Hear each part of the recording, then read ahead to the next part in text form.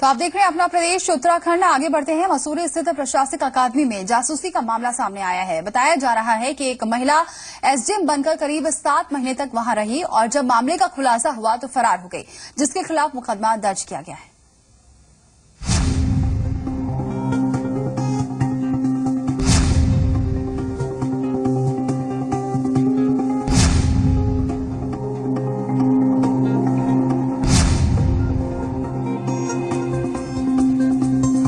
यह है लाल बहादुर शास्त्री प्रशासनिक अकादमी। इसी अकादमी में आईएएस अधिकारियों को ट्रेनिंग दी जाती है और उन्हें प्रशासनिक गुर सिखाए जाते हैं। लिहाजा इस महत्वपूर्ण संस्थान की सुरक्षा भी काफी कड़ी है। लेकिन बीते 7 महीने से एक महिला यहाँ रह रही थी और वो भी ट्रेनी आईएएस बनकर। आरोप है कि महिला ने फर्जी प्रमाण पत्र दिखाकर अकादमी में एक कमरा लिया, जो कि वहाँ के एक सुरक्षा कर्मी के नाम पर पहले से आवंटित था। और जब महिला पर शक हुआ तो उसके दस्तावेजों की जांच की गई, जो फर्जी निकले, और जब मामला खुला तो महिला वहां से आसानी से चली गई।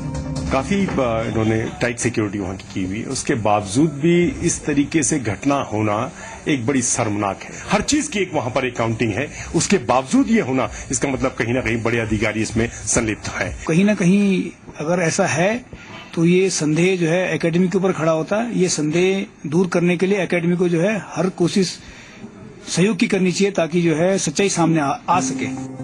अब तक जो जानकारी सामने आई है उसके लिहाज से महिला का नाम रूबी चौधरी था और उसके पिता का नाम सत्यवीर सिंह, जो मुजफ्फरनगर के कुतबी गांव की रहने वाली है। अकादमी के अधिकारियों को उसके दस्तावेजों में फर्जी पहचान पत्र मिला है, जिसमें उसके पद का नाम एसडीएम दर्ज है। वहीं एक चरित्र प्रमाण पत्र, driving licence, MA second year की मार्कशीट और वीरेंद्र मलिक के नाम से एक आधार कार्ड और वोटर कार्ड मिला है।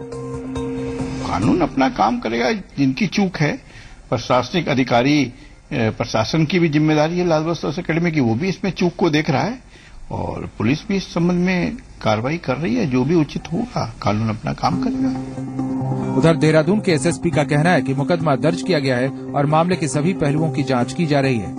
इसमें मुकदमा दर्ज हुआ है। एक तहरीर आई थी कि अनधिकृत रूप से एक महिला अधिकारी बता के रह रही थी और बाकायदा मुकदमा दर्ज हुआ है। उसकी तफ्तीश की जा रही है। विवेचना प्रचलित है और विवेचना में अभी कोई ऐसा इम्पोर्टेंट तथ्य नहीं आया। जैसे जैसे तथ्य आएंगे विवेचना आगे बढ़ेगी। इस मामले के सामने आने के बाद कई सवाल भी खड़े हो रहे हैं। आखिर कैसे इतने दिनों तक महिला इस संस्थान में रह पाई और जब मामले का खुलासा हुआ तो मुकदमा 5 दिन बाद क्यों दर्ज करवाया गया और क्यों महिला को गिरफ्तार नहीं किया गया। मसूरी से गणेश रियाल के साथ सोनू सिंह, जी मीडिया। और आइए अब देखते हैं मसूरी आईएएस एकेडमी से जी मीडिया संवाददाता गणेश की रिपोर्ट।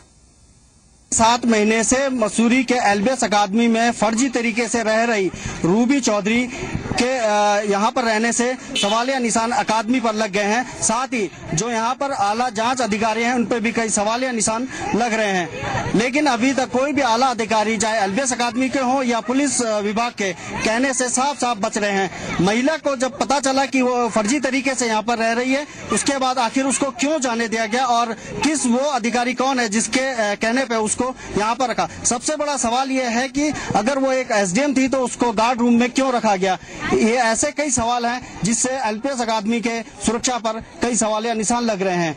मसूरी से जी संगम के लिए गणेश रियाल। उधर प्रशासनिक अकेडमी में महिला की घुसपैठ मामले में जानकारों का कहना है कि खुफिया विभाग इसमें पूरी तरह से फेल हुआ है। जानकारों के मुताबिक वहां से महत्वपूर्ण दस्तावेज गायब हो सकते हैं। उनके मुताबिक महिला का पहचान पत्र किसने बनाया और अकेडमी में कौन कौन लोग महिला को सहयोग दे रहे थे, इन सभी पहलुओं की गंभीरता से जांच की जानी चाहिए। जो आई कार्ड था इतने 6 महीनों में उसकी पड़ताल नहीं की गई। ये भी अपने आप में गंभीर मामला है। हम आईएएस एकेडमी के अधिकारियों को इतना नादान नहीं समझ सकते।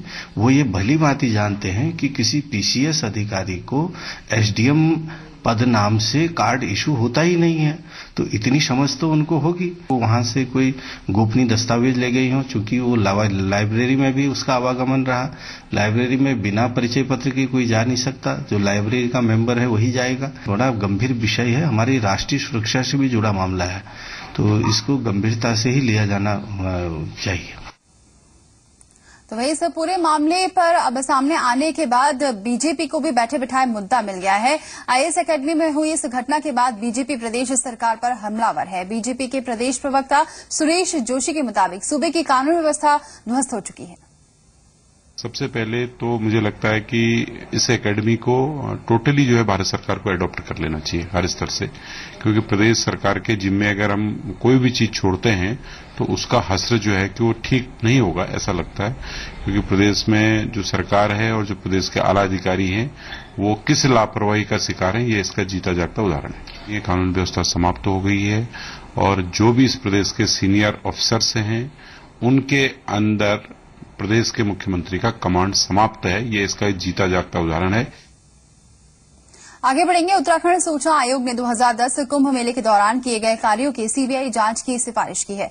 दरअसल एक आरटीआई के तहत शहरी विकास विभाग से सूचना मांगी गई है, जिस पर शहरी विकास विभाग ने सूचना देने के बजाय हरिद्वार मेला अधिकारी को आरटीआई ट्रांसफर कर दी, जिस पर मेला कार्यालय ने जवाब तो दिया, लेकिन अभ्यर्थी सूचना से संतुष्ट नहीं हुआ, जिसके बाद इसकी शिकायत आयोग में की, जिस पर सुनवाई करते हुए आयोग ने जांच की सिफारिश की है। अपीलार्थी का कथन है कि क्योंकि मुझे सूचनाएं अभी भी नहीं दी गई हैं, इसलिए इसकी जो है जांच केंद्रीय जांच ब्यूरो से करवा दी जाए। मैंने न्याय हेतु में ये मैटर माननीय मुख्यमंत्री जी के समक्ष अंतिम निर्णय के लिए भेज दिया है। उधर प्रदेश के पूर्व मुख्यमंत्री रमेश पोखरियाल निशंक का कहना है कि अगर 2010 कुंभ मेले के दौरान घोटाला हुआ है तो जांच होनी चाहिए और दोषियों पर कार्रवाई भी की जानी चाहिए। केवल लोगों का गुमराह करने की बात करेंगे, लेकिन हम ये कह रहे हैं यदि उसमें भी कोई दोषी तो दंड मिलना चाहिए जिसने भी गड़बड़ किया है। हमने तो तब भी कहा था 2012 के चुनाव में कि दुनिया की सबसे बड़ी एजेंसी हो उसको भी बुलाओ ना। उधर मुख्यमंत्री के मीडिया सलाहकार का कहना है कि कांग्रेस ने 2010 में विपक्ष में रहते हुए कुंभ कार्यों में अनियमितता के मुद्दे को उठाया था, जबकि बीजेपी का कहना है कि इससे पहले भी कई जांच बिठाई गई लेकिन कोई नतीजा नहीं निकला।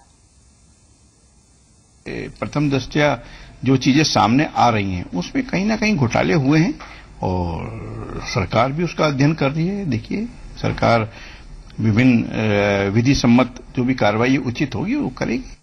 अगर किसी भी व्यक्ति ने प्रदेश के अंदर भ्रष्टाचार किया है तो उसको कड़ी से कड़ी सजा मिलनी चाहिए, लेकिन ब्लैकमेलिंग करके नहीं। भाई सरकार को स्पष्ट करना चाहिए, सीबीआई की जांच कराइए, कौन मना कर रहा है, सीबीसीआईडी की करानी उसकी कराइए, जो भी जांच हो करानी चाहिए। लेकिन चुनाव आता है जब, तब जो है कि सीबीसीआईडी का डर दिखाया जाए, सीआईडी का डर दिखाया जाए, सीबीआई का डर दिखाया जाए, ये प्रक्रिया अच्छी नहीं है, ये लोकतंत्र के लिए घातक है।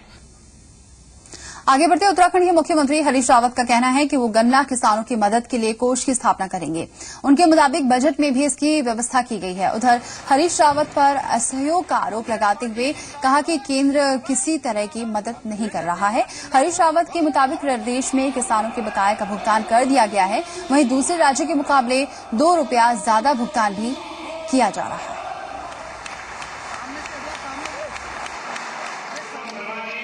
राज्य एकमात्र राज्य है देश के अंदर जिसने किसानों की स्थिति को समझते हुए बजट में कहा है कि हम किसानों को की सहायता के लिए गन्ना कोष स्थापित करेंगे, तो हम वो गन्ना कोष भी स्थापित कर देंगे। केंद्र सरकार कोई कदम नहीं उठा रही है।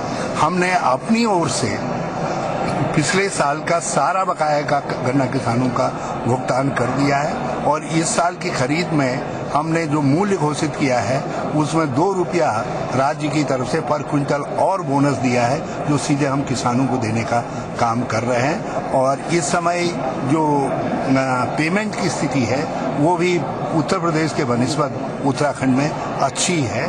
प्रदेश के मुख्य सूचना आयुक्त NS नपच्याल आज रिटायर्ड हो गए हैं। 1976 बैच के आईएएस अधिकारी NS नपच्याल 2009-10 में प्रदेश के मुख्य सचिव थे, जिन्हें बाद में मुख्य सूचना आयुक्त की जिम्मेदारी सौंपी गई। मुख्य सूचना आयुक्त रहते हुए उनके सामने 14,000 से ज्यादा अपीलें आईं, जिनमें से 13,000 से ज्यादा मामले निस्तारित हुए। NS नपच्याल ने अपने कार्यकाल में 651 मामलों में अर्थदंड लगाया, जबकि 86 ऐसे मामले थे जिनमें उन्होंने 4 लाख से ज्यादा का मुआवजा दिलवाया है। 86 केसेस में 4,19,500 रुपये का मुआवजा भी हम लोगों ने विभिन्न हमारे जो आवेदनकर्ताओं को उनको दिया है। तो बहुत अच्छा एक निस्तारण, बहुत जनता को जो राहत देने की बात है वो किया गया है। 3,62,964 केसेस या एप्लीकेशन प्राप्त हुए जिसका उन्होंने निस्तारण किया। तो ये भी बहुत एक अपने आप में कीर्तिमान कहा जाएगा। चंपावत से खबर है जहां पर खनन कारोबारियों ने अवैध खनन का विरोध किया है। उनके मुताबिक प्रशासन की मिलीभगत से अवैध खनन हो रहा है। खनन व्यवसायियों ने आरोप लगाते हुए कहा है कि बाढ़ सुरक्षा के तहत बनाए जा रहे तटबंध में अवैध खनन सामग्री का इस्तेमाल हो रहा है। उनके मुताबिक जिसका खामियाजा उन्हें भुगतना पड़ रहा है। खनन कारोबारियों ने अवैध खनन पर रोक लगाने की भी मांग की है।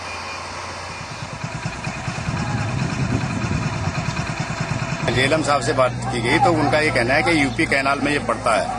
तो और अगर ये मटेरियल जहां जा रहा है या जहां लगा रहे हैं उसके बारे में भी इनकी शिकायत है। और इनके दिन में 2 बार ये चक्कर लगा सकते हैं। उस चक्कर की बात करें कि एक चक्कर किया जाए। आगे बढ़ते उत्तराखंड में एक बार फिर मौसम करवट ले सकता है। मौसम वैज्ञानिकों के मुताबिक 2 से 4 अप्रैल के बीच पहाड़ी इलाकों में जहां बारिश के साथ बर्फबारी हो सकती है, वहीं मैदानी इलाकों में बारिश लोगों के लिए परेशानी पैदा करेगी। मौसम वैज्ञानिकों के मुताबिक इस साल मार्च महीने में 181 मिलीमीटर बारिश हुई, जबकि मुक्तेश्वर में 191 मिलीमीटर बारिश हुई है। मेन जो इम्पैक्ट दिख रहा है 3 तारीख को है आपका अनेक स्थानों पे वर्षा। नीचे जैसे मैंने कहा है मध्यम ही रहेगा उसका इम्पैक्ट। और ऊपर जो 4 डिस्ट्रिक्ट उत्तरकाशी, चमोली, रुद्रप्रयाग और पिथौरागढ़ हैं, इनके कहीं कहीं इलाकों में जो है अपेक्षाकृत भारी से भारी वर्षा हिमपात हो सकता है। इसको हमने मतलब कि ऐसे अलर्ट वार्निंग भी दे दिया है उसको। पर हाँ, ये भी कहने की बात है, पैनिक की कोई बात नहीं है। हल्द्वानी के सुशीला तिवारी हॉस्पिटल में अव्यवस्थाओं का खामियाजा मरीजों को उठाना पड़ रहा है। यहां हॉस्पिटल में प्रसव के लिए पहुंची एक महिला को हॉस्पिटल में भर्ती करने में इतना वक्त लगा दिया गया कि प्रसव के दौरान बच्चे की मौत हो गई। आपको बता दें कि यहां मंडल के 6 जिलों के हॉस्पिटल से मरीजों को रेफर किया जाता है, लेकिन हॉस्पिटल में जिस तरह की व्यवस्थाएं हैं उससे मरीज और तीमारदार दोनों परेशान हैं। गौरतलब है कि नैनीताल के जिलाधिकारी ने हॉस्पिटल में फैली अव्यवस्थाओं को लेकर सुशीला तिवारी अस्पताल प्रशासन को फटकार लगाई थी। बावजूद इसके हॉस्पिटल प्रशासन लापरवाह बना हुआ है।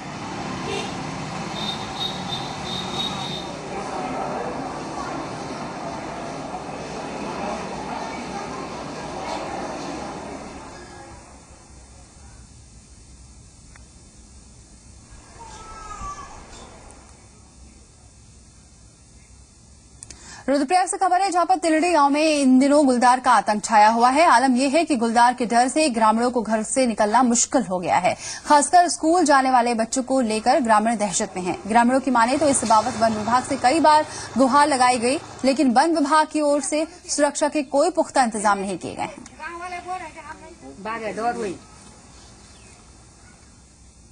रुद्रप्रयाग में आपदा प्रबंधन विभाग की लापरवाही का मामला सामने आया है। यहां करीब 4.5 लाख की आपदा सामग्री को चूहों ने कुतर दिया है। ये सामग्री एक बार फिर इस्तेमाल नहीं की गई थी। उधर डीएम के मुताबिक इस मामले की जांच की जाएगी और जिम्मेदार कर्मचारियों के खिलाफ कड़ी कार्रवाई की जाएगी। बता दें कि राज्य सरकार ने साल 2014 में आपदा सामग्री खरीदने के लिए 30 लाख रुपए दिए थे। उत्तरकाशी में डिटसारी, लौथरू और बायड़ा गांव को मुख्य मार्ग से जोड़ने वाली ट्रॉली खराब पड़ी है, जिससे ग्रामीणों को आवाजाही में काफी दिक्कतें पेश आ रही हैं। ग्रामीणों ने प्रशासन पर लापरवाही का आरोप लगाया है।